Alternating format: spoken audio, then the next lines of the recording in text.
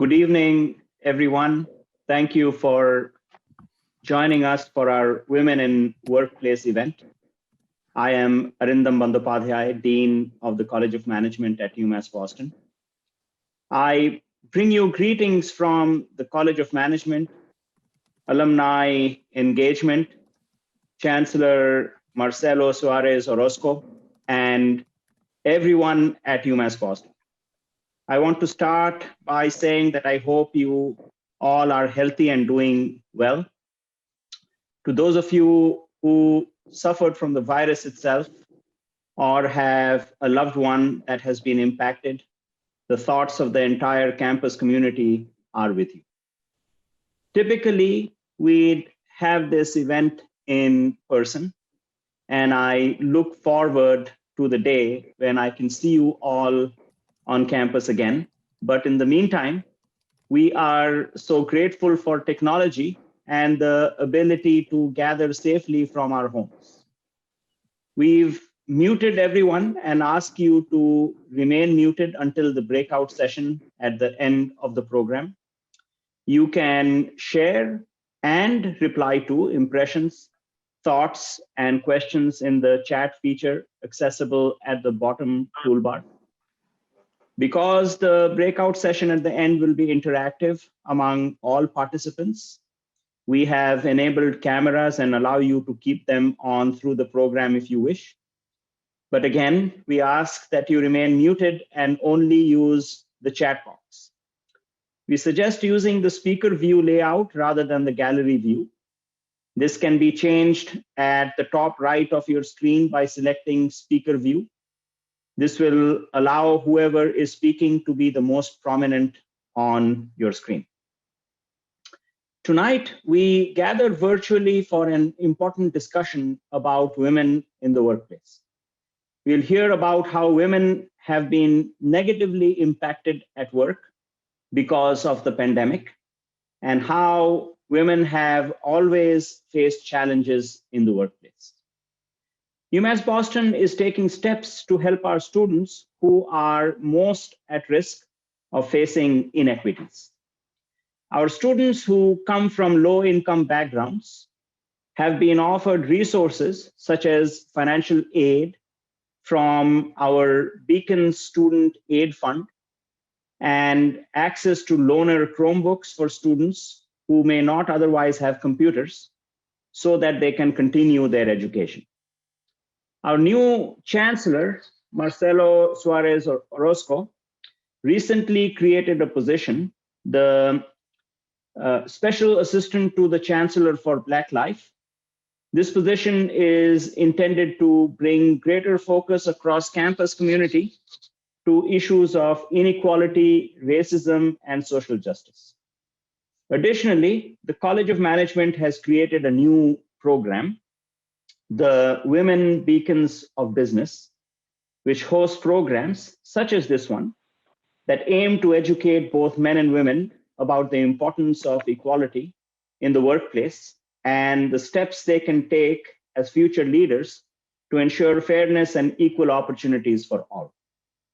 We're glad you're with us tonight as we hear from McKinsey and Company and our panelists about some of the challenges that women are facing and how companies can build more equitable workplace.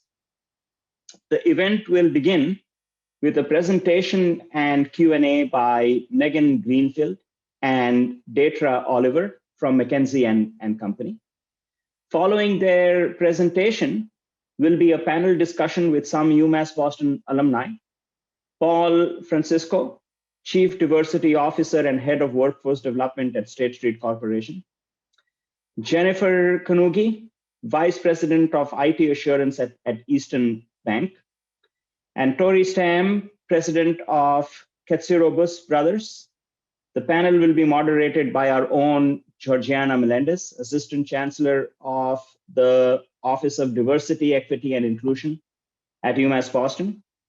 Following the panel will be an optional breakout session where we'll allow you to gather in smaller groups to talk about the information presented. We have a lot to cover tonight, and not a lot of time. So I'll now turn it over to Megan Greenfield from McKinsey and Company. Megan, over to you. Fantastic. Thanks so much. It's really a pleasure to meet with you tonight and really talk about the latest research on the impact of COVID-19 on women in the workplace. So I'm going to give you just a rapid fire tour. You can find the detailed report in womenintheworkplace.com, but give you the highlights here. So those of you who are not familiar with women in the workplace, this is our 6th year of doing the largest scale research on gender equity in North America. And it's a partnership, a pro bono partnership between McKinsey and leanin.org. To give you a sense of the size of the scale of this effort, this year we had over 300 companies participate, which represents over 12 million employees. And 40,000 of those employees were directly surveyed through the effort. And then it was supplemented by 45 in-depth one-on-one interviews. So really excited to share the results. So first, I'm going to share the pipeline. So every year we map out what the pipeline is across all of the different industries from entry level to C-suite. So what you'll see here is starting on the left-hand side is representation at the entry level, which in 2020 was 47% of women. This was pre-COVID-19. And in the C-suite, it declined down to 21%. So a very significant decline, already in half. The good news, if we look at 2020, is that we did actually see an increase in the senior level women representation. So in 2020, it was 21%, while in 2015, it was 17%. So the good news is that's a 22% increase. The downside and the disappointing part is actually what you see at the beginning of the funnel. So at the funnel, you can see in 2020, we started with 47% women, and it's 38% at manager level. That is nearly a 10 percentage point decline, what we call the broken rung. And you see that this, unfortunately, is very reminiscent of what we saw in 2015, which went from 45% to 37%. So we still have a lot of work to do, irrespective of the impact of COVID-19, which has only exacerbated the challenges that women face in really helping them progress through the workplace. So if we look at COVID-19, there's findings and there are definitely some headwinds that women in particular are facing. Silver lining that we have consistently heard, the ability to do remote work and that flexibility that has been provided is a good thing. It is actually the #1 thing that was highlighted last year in our 2019 report, is critical to helping them manage their career. So 70% of companies report that the additional flexibility will help them attract and retain diverse candidates, and employees are saying the same. But the challenges, many of which you may have heard in the news, are really stark. So here, the worst statistic we've seen, 1 in 4 women report that they are considering leaving the workforce or downshifting their careers. 25% of women in the workplace are considering either leaving or downshifting careers. This is astronomical and something we haven't seen ever in recent history. And that could lead to over 2 million women leaving the workforce in the next year. This eliminates progress that we've had over the past 6 years. To add in some stats that were recently came out, if you haven't seen them, we actually saw that from February to now, COVID-19 did already result in over 2 million women leaving the workplace. And if you look at September alone, there were 1.1 million employees that left the workplace, and over 800,000 of them were women. That's in 1 month. So clearly we have a lot of work to do. If we look across women, it's not the same across all of the different segments. So we've broken out 3 critical segments that are really important for our discussion tonight and that we need to make sure extra effort to support during this pandemic. So that is mothers of young children, senior women, and Black women. So what we asked here, as you can see, is a % of employees feeling different things, such as uncomfortable sharing, exhausted, burned out, and feeling excluded. And you can see consistently, if you compare mothers of young children, senior women, and Black women, they are significantly higher. So for example, uncomfortable sharing, while men, 36% report uncomfortable sharing things like that they need accommodations for work given their household commitments. Mothers of young children, right, are over 10 percentage points higher at 50%, senior women at similar levels, and Black women even higher than that. And you see a similar trend for exhaustion. While 31% of men report being exhausted, you see these segments being 10 to 15 percentage points higher. And then you see a similar trend, not quite as strong, on burnt out. And if you look at exclusion, which is consistent to our previous research, Black women in particular are feeling the most excluded at 17% versus men at just 10%. So clearly it's important that we address all of these three segments. So I'll go in turn one by one to highlight some of the challenges that they're facing. So first, if we focus on mothers, what we asked is what was the implication of COVID-19 on how they spend time on their household responsibilities? So you'll see on the left-hand side, if you look at both fathers and mothers, what was the increase in household responsibilities in terms of hours per day? And what you see is that while both parents, fathers and mothers, do see a significant increase in hours spent on household responsibilities, the impact is much greater on mothers. And in particular, if you look at the high number of hours increase, if you can see here in the darkest blue, 15% of mothers versus just 7% of fathers report that they spend over 5 hours per day on household responsibilities. You see a similar difference for the next group, which is the 3 to 4 hours per day. And what that equates to is 40% of mothers spend an additional 15 or more hours per week on household responsibilities. That's nearly half of a full-time job, and clearly is having an impact on the sustainability of their careers. If you look at the second, building on what we saw on the previous page, mothers are 2 times more likely than fathers to worry about sharing and actually discussing the challenges that they're facing because they're afraid that they will be judged negatively by their company. And finally, if we look at that 1 in 4 statistic, which is so stark, it's even worse in this population. 1 in 3 mothers have considered leaving the workforce or reducing and stepping back. That is really a depressing statistic that we need to address. Now, if we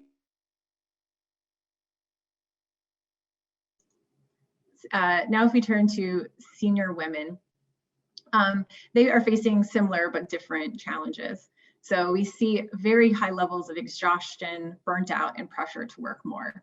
And consistent with overall, we do see that 1 in 4 senior women, they're not immune to this trend, are looking at either leaving or downshifting their careers. And why is this so important? I mean, as I highlighted at the beginning in the pipeline, we finally made progress at the top of the funnel, and we're starting to see movement and getting up to the 20s. But that is only one reason. The other reason, which is shown here, is that loss of senior women has dramatic impacts, not just in representation at the top, but actually in terms of being an ally, both on gender and racial equity across the company. So if you look here at how employees report senior men versus senior women on a variety of allyship dimensions, such as listening to personal stories of women of color, publicly acknowledging or giving credit to women of color, and publicly taking a stand to support gender and racial equity, you see across the board that it's 20 to 30 percentage points higher for senior women than senior men. So not only losing the representation, which is so critical for the day-to-day decision-making to make sure we have a diverse and robust set of different minds, but you're also taking away a critical ally for the broader organization. And now if we look at the impact on Black women, in particular, they face all of the challenges we highlighted before, but also the impact of race. And if we look on the left-hand side, a few statistics that are helpful to highlight. Many of you are familiar that some communities are more impacted by COVID-19 than others. And what we find is that Black women are 2.5 times more likely to report a death of a loved one being a big challenge, and 1.5 times more likely to feel uncomfortable sharing their experience of grief resulting from this experience. And then if we look at, on the right-hand side, is the likelihood of them leaving the workforce.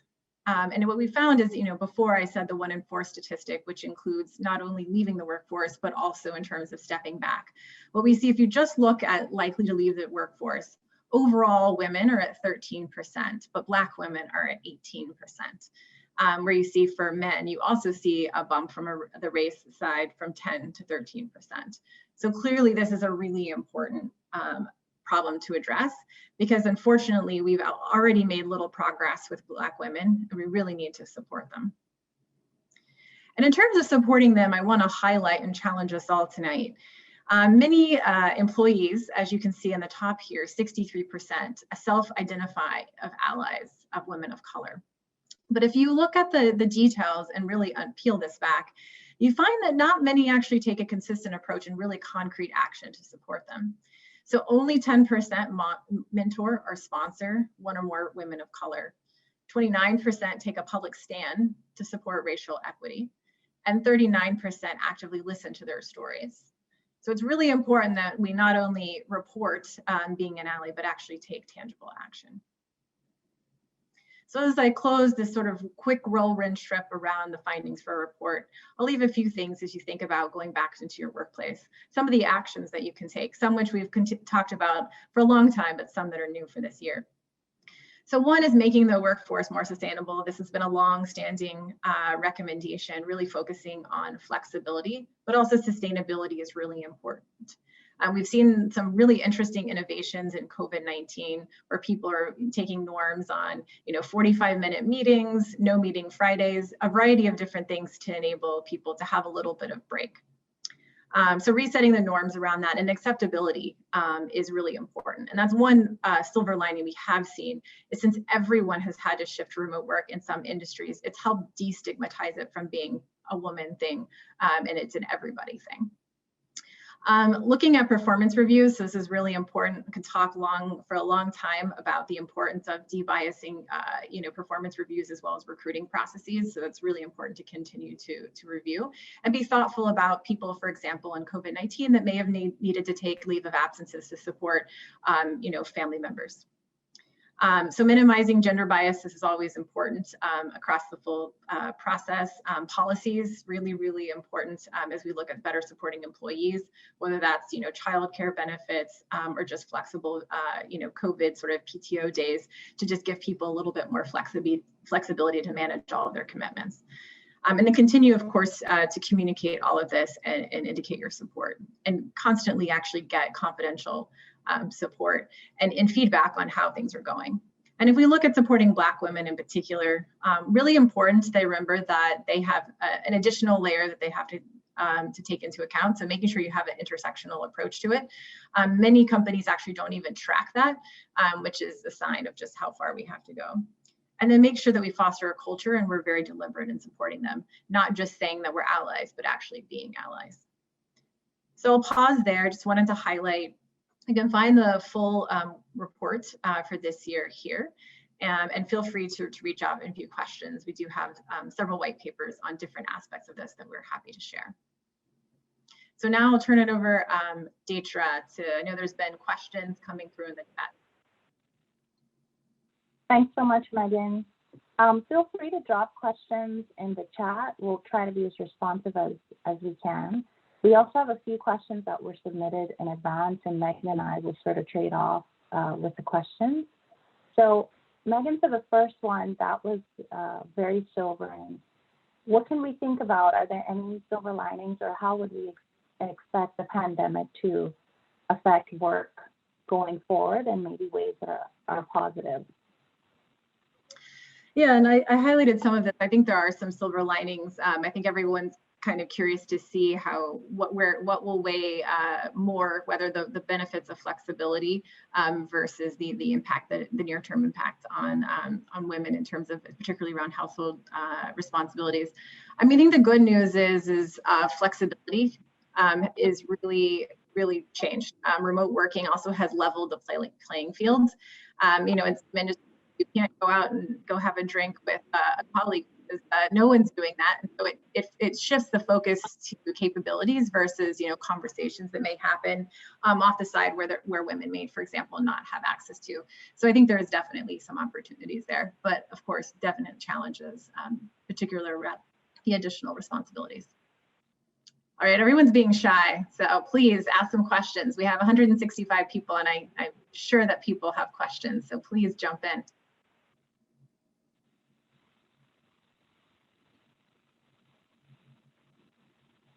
Maybe, Deidre, as we're waiting for people to draft some, here we've got a few questions, but while we're waiting for some questions to come in, Deidre, I'd love to, as a mother of 2 young children, and of course, as a Black woman, would love to hear your reflections on the challenges and opportunities that companies can do to better support this critical group. Yeah. So yeah, I think like probably many folks on the call, I'm in the crosshairs of some of the demographics that we've mentioned today. As Megan said, I'm a mother of 2 young children. I have a 1-year-old and a 6-year-old, and work in a very highly paid service industry with McKinsey. And like many folks are, I think, at a crossroads more often than not in figuring out how this works out personally and professionally. I think I'll take the question probably on what I've seen companies doing and then maybe what I've seen individuals doing. So I think Megan highlighted a little bit on the importance of allyship and the importance of actionable things to sustain change, especially for underrepresented folks on your teams or in your environments. I can speak personally, being underrepresented, especially in a high functioning team, it's sort of a mixture of being a little isolated and also highly visible at the same time. And I think that can play into some of these statistics when we see that Black women are speaking up less, maybe having less opportunities for advancement, less opportunities for sponsorship and mentorship. So there needs to be a change in the model, that it's more of a pull model, right? And not just a push model, that we are expecting folks who are already maybe balancing a lot to go and do the additional extra mile. So if you're in a position of, power, privilege, or just accessibility, to continue to think of how you can open doors and make allyship very actionable. So I think I'll pause there. I'm seeing we're getting some good traction in the chat. Do you see any that you want to maybe take a stab at, Megan? Yeah, no, I think there's a lot of questions on, what are companies doing, and will we be able to continue to doing remote work since it's worked well? I think a few of those.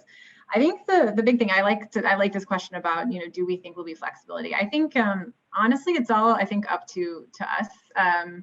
And I say that in the sense of, I think it's important to communicate what your preferences are as an employee to your employer, to emphasize that, this is what you want. I mean, that's one of my plans is, really making it important to say, like, this has actually been quite successful. Let's look at the metrics. And if that's the case, why do we need to change? So I think there's definitely an opportunity for us to embrace this new way of working, but it'll be important that we all commit to it, because, as senior leaders, but also just the broader group. In terms of things to support, as well as there's a lot of questions on sort of young women as well. I think the big thing that I see, people who, like, one of my top topics is sponsorship. I think, as we look at Black women in particular, and just, I think it's super important. I mean, one of the things that we've been doing is, unfortunately, in many cases, there's a pretty short list. You need to systematically go one by one and make sure that there is someone who is fully accountable for being a sponsor for your high potential, women, right? And this is very important, and especially important, for our Black women and other diverse leaders. So I think that's a really important thing that you can do. I think in terms of the whole process from recruiting to promotion, there's so many opportunities for bias. To actually take a systematic look at that is really important. So, things that you'd be surprised as, like, job descriptions. Women want to make sure that they have 90 to 100% of the different things that are listed in a job description. Men are like, 50, 70, I'm good enough, like, it's good. So actually going through the job descriptions and saying, are each and every one 100% required for the job? If they're nice to have, don't put them on there. And it makes a difference in terms of the representation of women actually applying for these jobs. There's a lot of those types of things you can do, making sure that you have cohorts, like when you do performance reviews, making sure that people are watching out for biased language, right? There are lists of this, that you can have a person that's accountable in these reviews calling this out. So there's a lot of very tactical things that are process driven that can really help de-bias these critical pieces. And we find that's really powerful, especially as I talked about the broken rung and advancement. Implementing those can be quite powerful. I'll pause to see what questions coming in. Deidre, anyone that you want to take? Yeah, I think there's sort of two themes coming through, and then we should maybe do a check on time. But there's been, several questions on what have we seen companies doing, or maybe how companies are supporting, or any trends there. So we have seen companies, I can speak anecdotally from some of my clients and some of the research.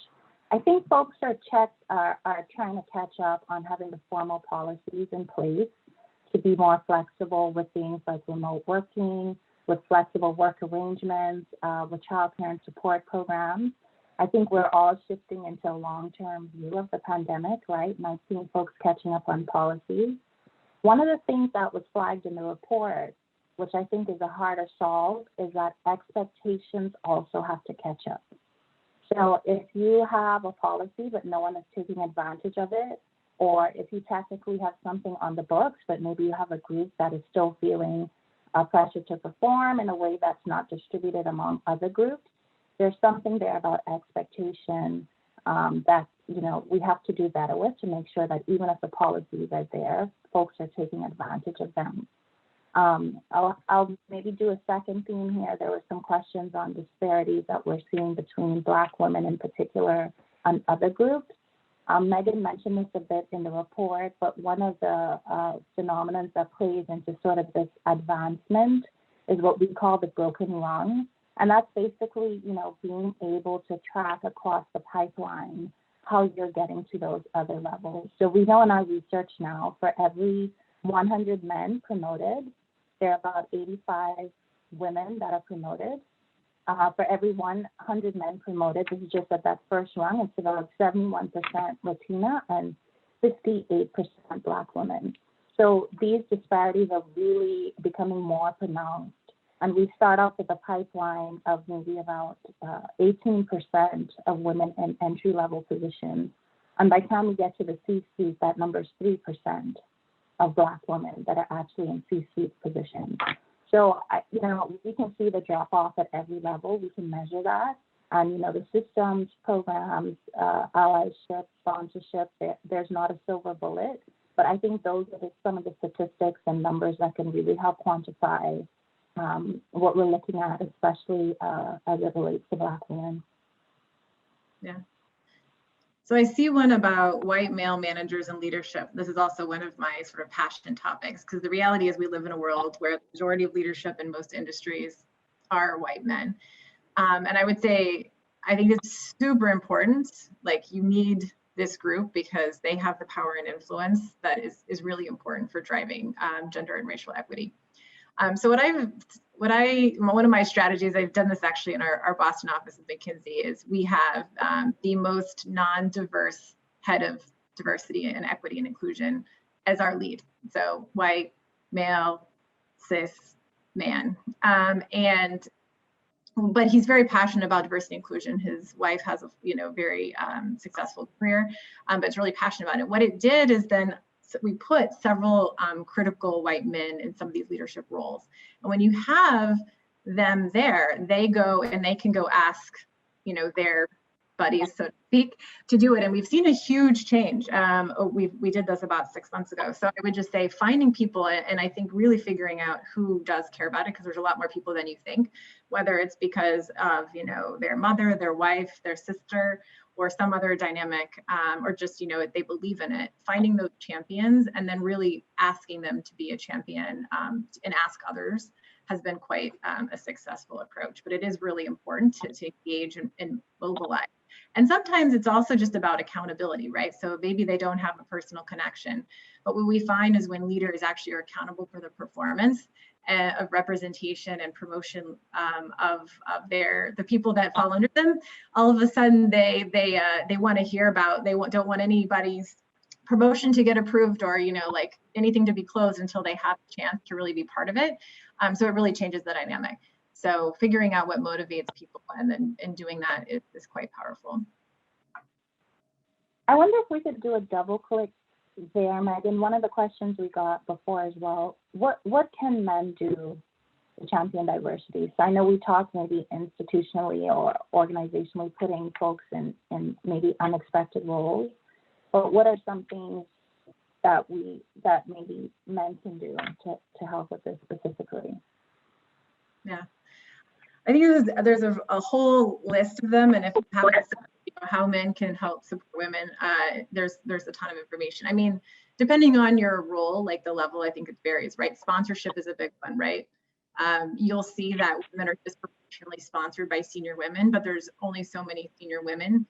It's the same thing for your Black professionals, right? There's only so many senior Black professionals that can sponsor, right? It's not just their job. So making sure that you look at the list of your sponsorees and your mentors and making sure that they're diverse on all dimensions. I think that's one. But the biggest one is the day-to-day, like calling out the bias, right? Really being aware when like there's the mansplaining in the meeting, and a woman makes a really great point, making sure to say, hey, Jane made this great point, like, and then have her repeat it. Really trying to emphasize and be thoughtful about those things, making sure they have opportunities to speak, making sure they get opportunities to be assigned to important projects, leaning in, like I said, not only recruiting, but in terms of advancement. Again, usually the level of proof points are higher for women to get advanced than men. So all of those pieces I think are important. Deidre, what would you add? I think that's it. We're at time. All right. And I like this theme that's picked up at the chat. So thank you so much. I think we're going to shift to another part of the program, and very inspired to have the conversation. Thank you. Thank you. Thank you both, Megan and Deidre. A lot of those questions that were asked in the chat are also part of the next discussion too. So it's super helpful to get us started and warmed up. Good evening, everyone. I'm Georgianna Melendez. I use she series pronouns. I'm a UMass Boston alumna and the Assistant Chancellor of Diversity, Equity, and Inclusion at UMass Boston. I'm delighted to moderate the panel. We have about 30 minutes, so I know we could talk about this all day. And so we're gonna just dive right in. We have 3 excellent alumni panelists, and I'll introduce you to each of them. And so I'm just gonna ask the panelists to share a brief introduction as I introduce you. Okay, so Jennifer Kanyugi is Vice President of IT Assurance at Eastern Bank. Jen, tell us a little bit about yourself. Hi, I am an alumni. I got my MBA at UMass in 2010, and I was part of the ELP program in 2019. I'm a mother of 3, so I work full-time, hybrid learning here at home, part of the marathon team, UMass Boston Marathon team, and have a Cub Scout and a gymnastics kid. So that's me in a nutshell. Thank you. Torry Stamm is president of Katsiroubas Brothers. Torry, tell us about yourself. Oh. Torry, are you muted? I'm not muted anymore. Sorry. Okay. Okay. So I'm Torry, and I am the 4th generation owner of my family business. We are a produce distributor.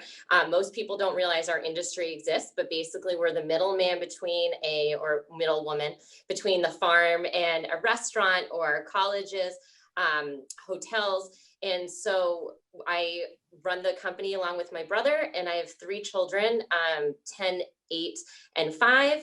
I work with my husband, and I think I'm here because I've never had childcare. So I've always worked and managed the children and stuff. So I have some experience to share about how to do all that at home. Great, thank you. And finally, Paul Francisco is the Chief Diversity Officer and Head of Workforce Development at State Street Corporation. Paul, we're thrilled to have a male ally on the panel. And if we keep this discussion only among women, we're not going to make any progress. So thanks for being here and for being an ally. Can you tell us about yourself? Well, good evening, everyone. Thanks for having me, first of all. And this is a great discussion. I'm pleased to be here.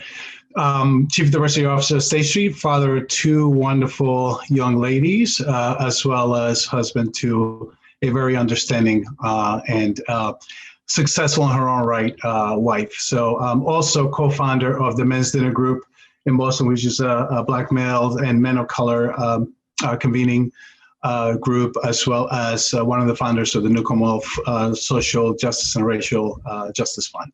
So happy to be here. Well, thank you everyone for being here. This is a fantastic turnout. So to the panelists, I'll ask you a few questions, and then we'll get to some of the audience questions. And for those of you who are just joining us, I just want to suggest that you use the gallery view in your Zoom so that you can easily see the current speaker, given how many people are on the screen at once. So first, by any measure, women have made progress in the workplace over our lifetimes. But let's be honest, it's painfully slow going. Since 2015, women's representation has increased by 22% in the C-suite and by 18% at the SVP level. At all other levels, gains in representation have been 5% or less. It's in the context of this stalled corporate escalator that we then arrive at the pandemic, which threatens to throw the switch into reverse. The data suggests that business is at a critical crossroads this year. Without bold steps, the COVID-19 crisis could set women back half a decade. As a result of the added pressures of the pandemic, more than 1 in 4 women, so this is a lot of what was covered in the initial presentation, but 1 in 4 women say they may now leave the workplace or scale back their jobs. Among women in the managerial level, 30% want to step down or out. LGBTQ plus women report twice the rate of mental health challenges. And among working mothers, 40% now spend at least 3 extra hours a day on childcare and housework. Together, these issues could prompt up to 2 million women to leave the workforce over the next year. So I'd like to hear from each of you about your impressions of the study or about the women in the workplace in general. Maybe you have some thoughts in terms of your reflections on the year, the impact of the pandemic on you or your workforce, perhaps some pros and cons, what's your company doing, or maybe you have a message to women who are feeling burnt out. So Torry, let's start with you. Yeah, so I wanted to, after I read the study, I really wanted to address the burnout because I've been getting asked for years, how did I have 3 children, run a company, and do all of these things? In their mind, I was juggling, or how do I balance? And those were all things that I never set myself up to try to combat. So when I was a kid, our sales office ran out of my house and my mom ran it at night, and my grandmother's house was our accounts payables, and she raised her family and she had her office there. So a woman in the workplace to me was at home, and what that woman was looking at the priorities of the day, looking at the 24 hours in the day, and setting up with their value of each activity that they had to get accomplished. And so for me, I've always looked at things in a very creative way, and that's how I've led the company, as well as we're a family business. So we're very empathetic, we're very communicative. So we have had a lot of those traits that have been difficult for corporations during the pandemic. We've already had those things in place. And to address the burnout, which I just feel like is something that women really need to take seriously, I think it goes way beyond flexibility in the workplace. It's really using this time to look at yourself as your own health. What do you need to do for yourself to be the best version of yourself? And for me, I have 4 pillars of every day. They're my highest priority, which is my sleep, my movement, my activity, my nutrition, and my stress management. And so looking at those things of myself have allowed me to be the best version of Torry, or the highest version of Torry, and get all of those priorities in line every day and knock them out of the park. So I feel like it goes way beyond what the workplace is, and really looking at as a woman, and what is your priority? What do you want to accomplish? And what does that mean for your family, as opposed to having the workplace dictate that back to you? A holistic approach. Thank you. Yeah. Jen, what about you? What are your thoughts? So, initially I was so excited not to commute. This was something to me seemed like heaven. All the hours that I had spent commuting, I could do more work, right? And then I realized, wait a minute, the kids are also here as well, right? So it's not just me. And I also had to become a teacher as well. Honestly, I think teachers should be paid like $500,000 for all the people that have been dealing with their children. I can't believe the teachers had to deal with my kids. But anyway, something that initially seemed great started to become crazy. And as Torry said, I then over the summer, I had to learn how to prioritize everything else. So I made a plan and I said, okay, these kids are probably not going to go back to school. We didn't know in the summer whether they were going to go back. So I had to rearrange the way things were done. So sometimes my work gets done when the kids go to bed at night.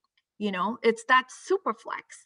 And I'm very lucky. I've worked for both State Street and Eastern Bank. These companies have been very good about flexibility in the workplace.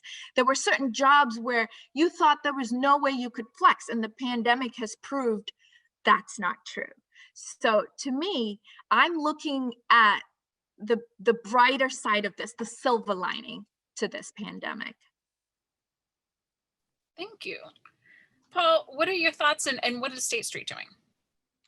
So, I think the way I describe it is the best of times and it's the worst of times, right? And the report, the McKinsey report, sort of highlights that. I think it's the best of times for those organizations and companies who have looked at flexibility as an advantage to attracting women into the workplace, attracting a diverse population. And so for those of us who have been doing this work in earnest for a number of years, this was an opportunity to sort of prove that model out even further and to actually double down on those, right? So that's what we've done at State Street, which is to say, what does flexibility look like in 2020? What does flexibility look like beyond? Because it actually doesn't look like it did last year, right? Because you working from home has a bunch of different connotations now. So we're looking at policies, as the report suggested, and saying, are there things here that are keeping women from being successful in the workplace? We're doubling down on our development programs for women and specifically for women of color.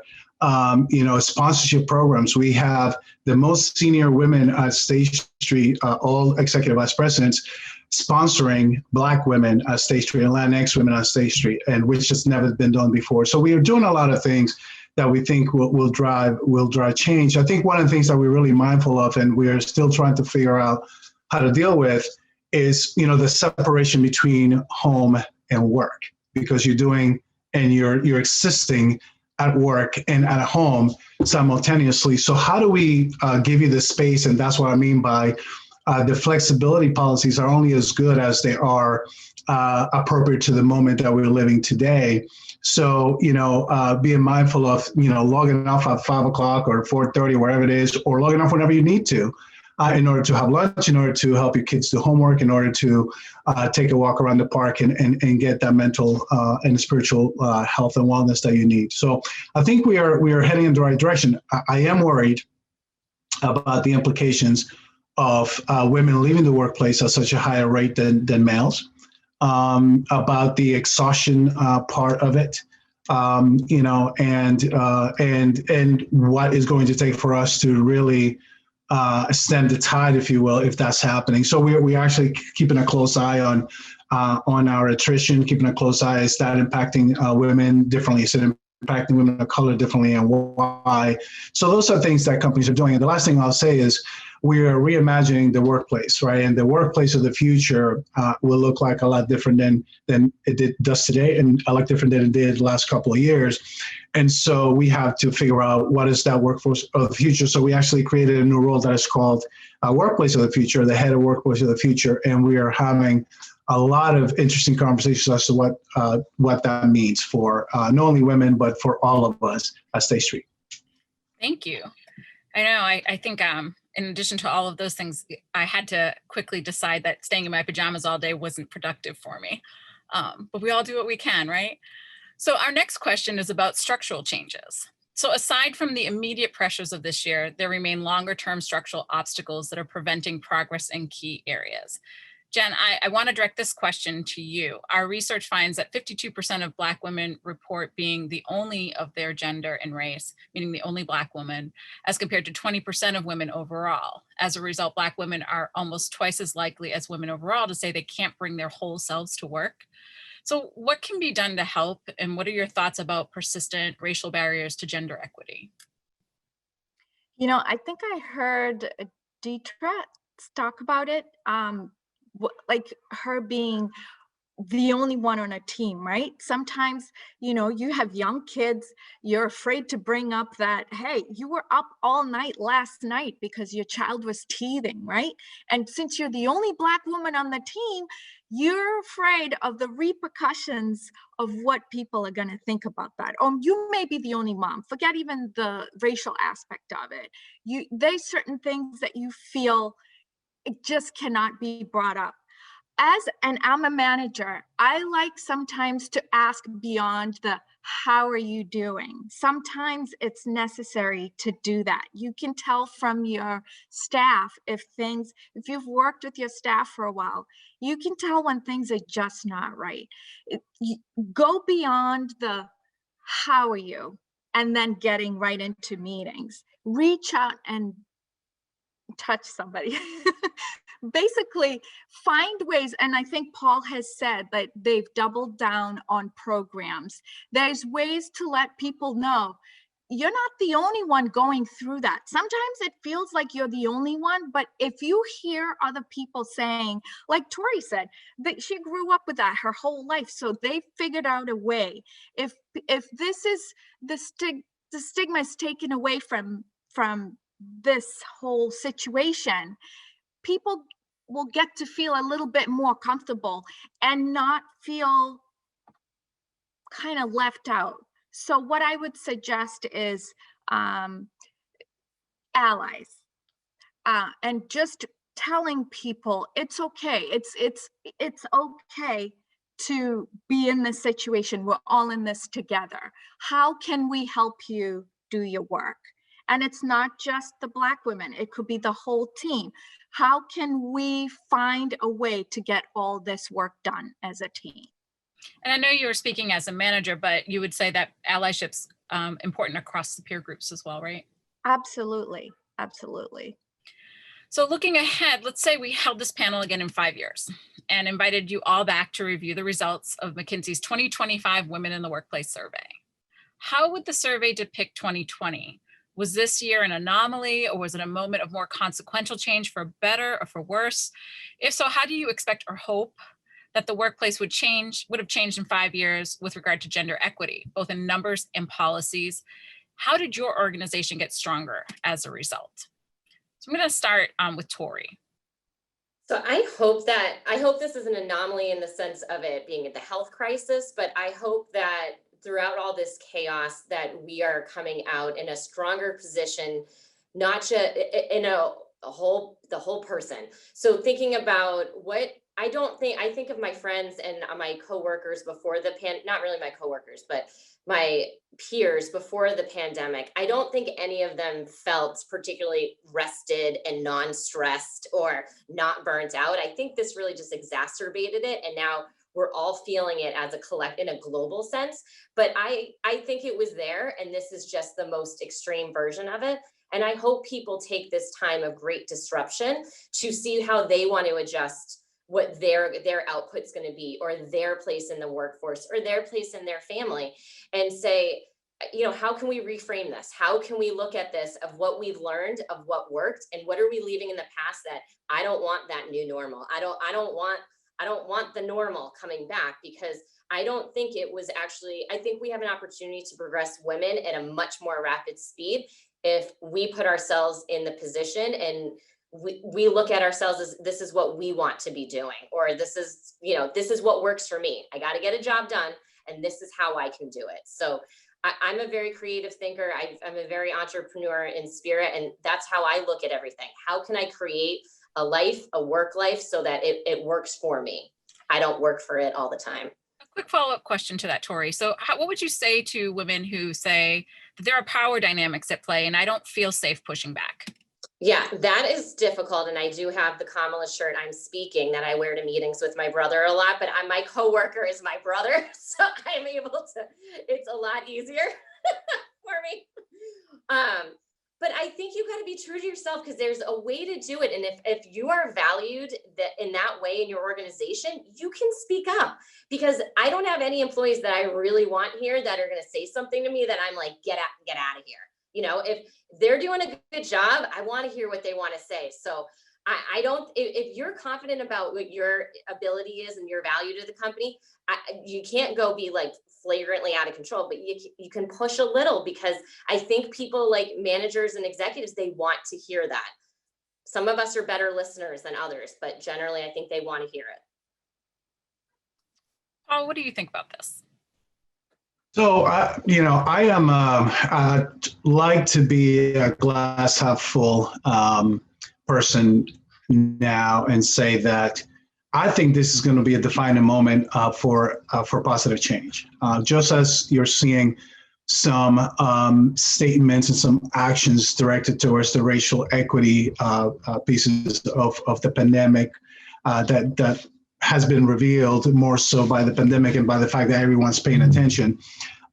There are issues around gender diversity in the workplace that we need to tackle now, and that we need to fix for the future and for future generations. And I do feel that these type of conversations and this type of action will get us there, but we have to be intentional. We can't just pretend that there aren't issues that we need to fix, pretend that there aren't challenges that as companies that we need to help our women or those who identify as women can in fact be better in the workplace and be successful in the workplace.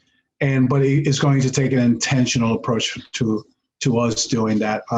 And I want to, something that Torry said that I think is really important, which is, we have to speak up. And this is the time, and yes, I know it's difficult and not all of us have the privilege and the power to do so how we want to.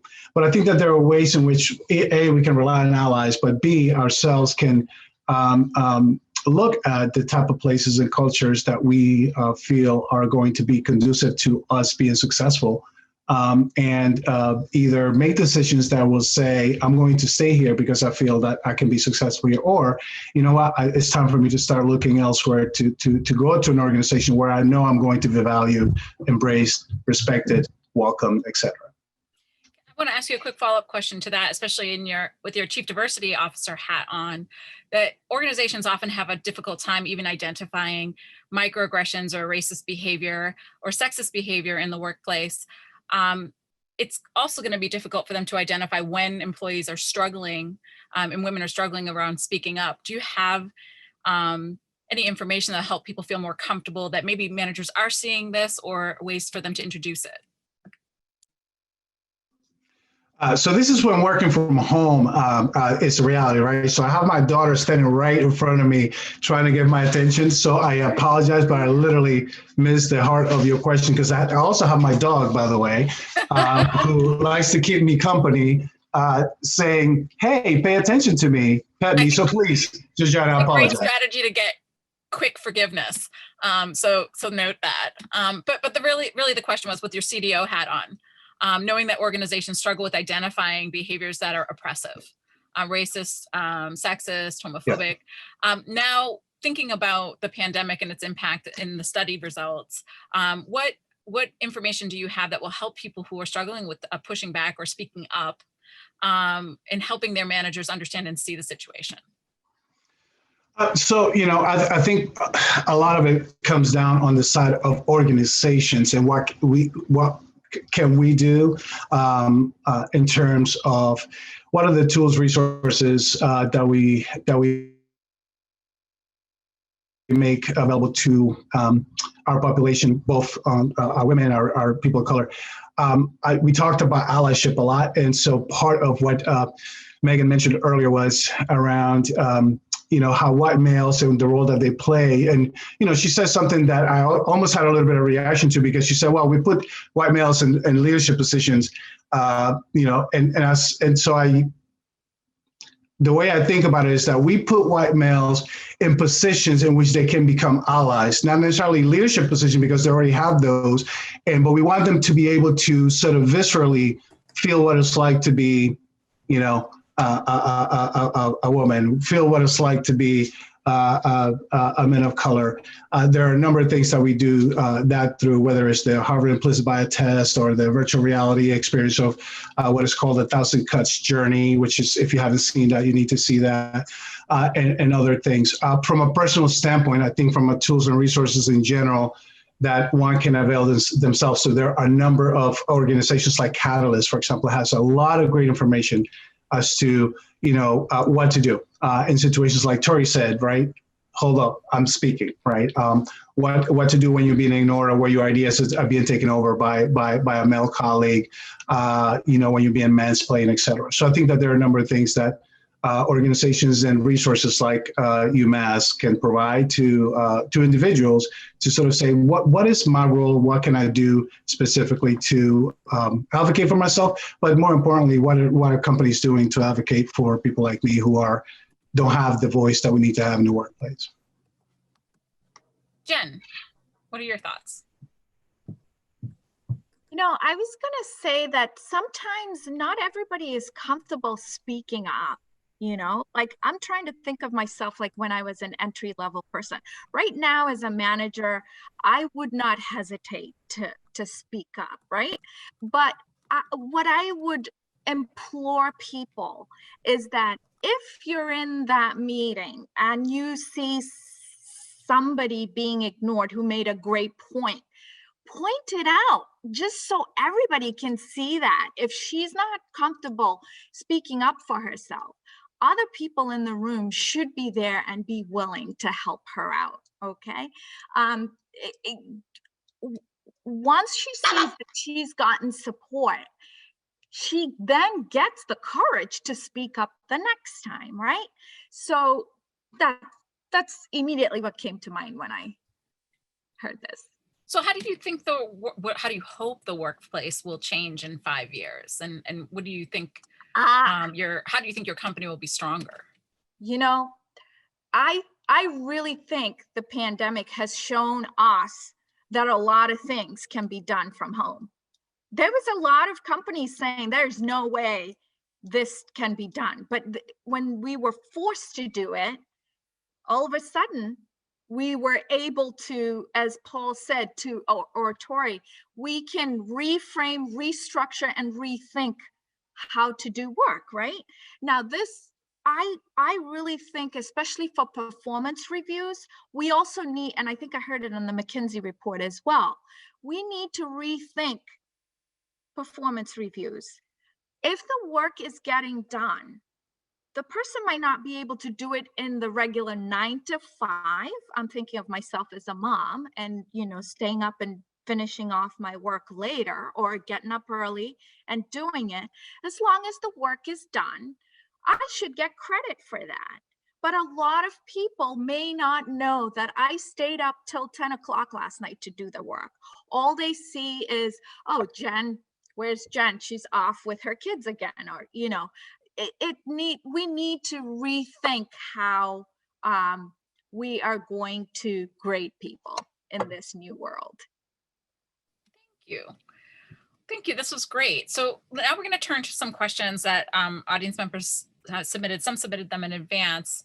We've received a lot of great questions, so we'll try to get to some right now. I know we're kind of running up against time. But what's the best advice that you might share with young women entering the workforce following college graduation? This was from Lynn. Or what's your advice for young professionals with 1 to 3 years of experience to progress further in the career given the pandemic, and how? That was from Alicia. Jen or Torry, I think you've had an opportunity to mentor and give advice to young women on this issue.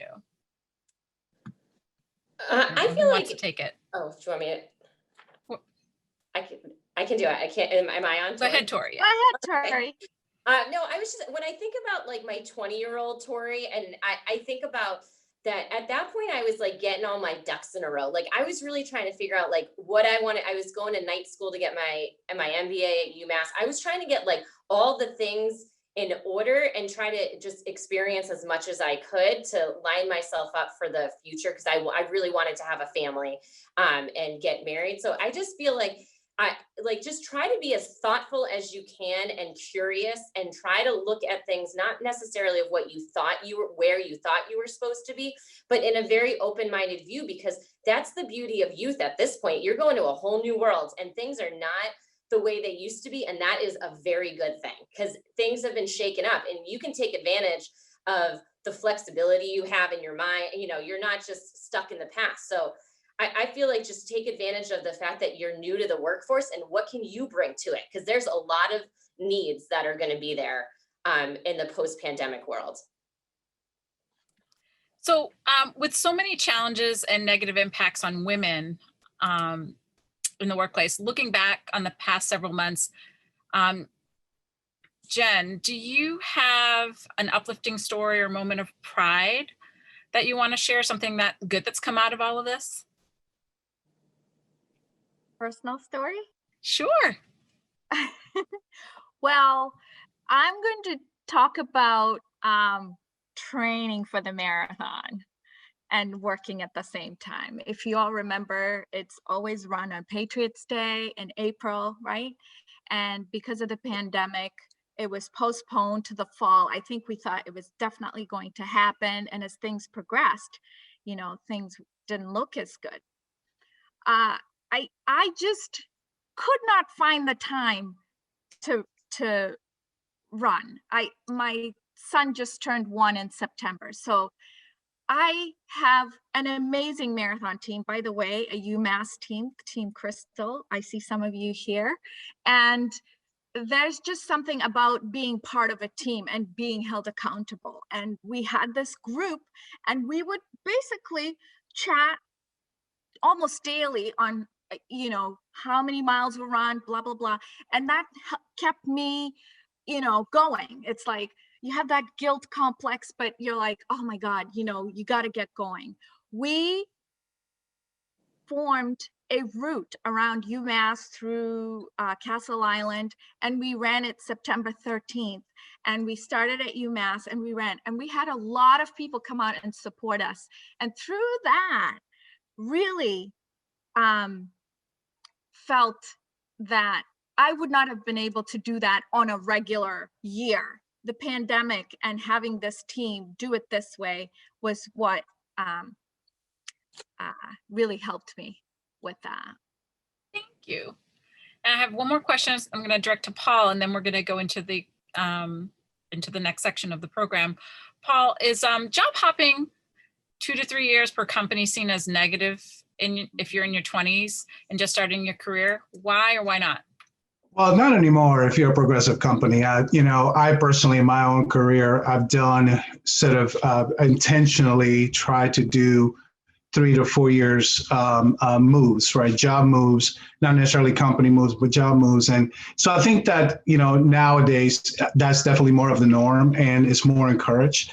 We have a very strong internal mobility program and policy within many of our companies, including State Street, which encourages and allows for that type of career path, and you know, that provides career fulfillment, that provides better skill sets, that allows us to get to know talent a little bit better and differently, and see them perform in different places. So I think now is more acceptable, and you know, as a general piece of advice to all, you know, folks, I would say it's actually been useful for me in my career to move or to do something different every 3 or 4 years or so, or to add more responsibilities, right, to what I'm already doing if I'm in a particular career path.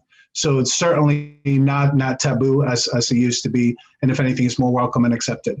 So it shouldn't necessarily be a barrier to someone thinking, I want to do something different, or, you know what, I'm going to be here 3 years, learn what I need to learn, and then move on to the next thing. So each of you, in 30 seconds or less, if you could give self-care advice to the folks who've joined us today, what's one thing that you think they should really do to take care of themselves during this pandemic and thinking about their careers? Let me just, so it's easier to name. I'm going to start with Torry. I mean, go to bed. That's sorry. Go to bed, sleep. Like, get your sleep. No, fantastic. I mean it with all my heart. I'm like, you're just no good if you don't get your rest. So yeah, look at yourself in that. Get your sleep. Awesome advice, Jen. I would say learn to separate work from home. I mean, because we're working from home, we tend to blur these lines now, right? Like physically, just make a space, if you have enough space, that's a workspace. And once you're done with work, close that laptop and just go and do your work, deal with your family. Completely find time for both, and just once work is done, leave it alone and go and deal with family or deal with pets, deal with whatever you have to deal with. Deal with yourself. Enjoy them, right? Torry said, sleep. Exactly. And Paul. So the one thing I've done to self-care is actually I've taken my lunch hour down. So, whereas I had, meetings scheduled during lunch, I have a block of time from 12 to 1 where that's my lunchtime. Now I can choose to do something else. I can choose to talk to someone, but that's my lunchtime. So there's no meetings. There's no scheduled work time. And that's been a really good reset on a daily basis for me, right? And I do literally mindless things. I read, I watch TV, I do whatever I want to do because it's me time, and that's my commitment to myself, to my well-being, and actually makes me feel much more productive in the afternoon, and then I can go a little bit longer in the evening if I have to. But that scheduling that time for me has been really key. Awesome. Well, so the panel portion of our program is coming to a close. So thank you, Paul, Jen, Torry. It's alumni like you that make me really proud and happy to be amongst you. For those of you in our audience, thank you for joining us as well. You're all welcome to stay for our breakout room sessions. If you're not staying for the breakout session, this concludes the program and you can log out of the event. If you are staying for the breakout session, we'll begin placing you in your breakout rooms now. So just give us a few moments while we sort of get that all processed and done. And I hope that you and your families have a wonderful holiday season and enjoy the breakout rooms.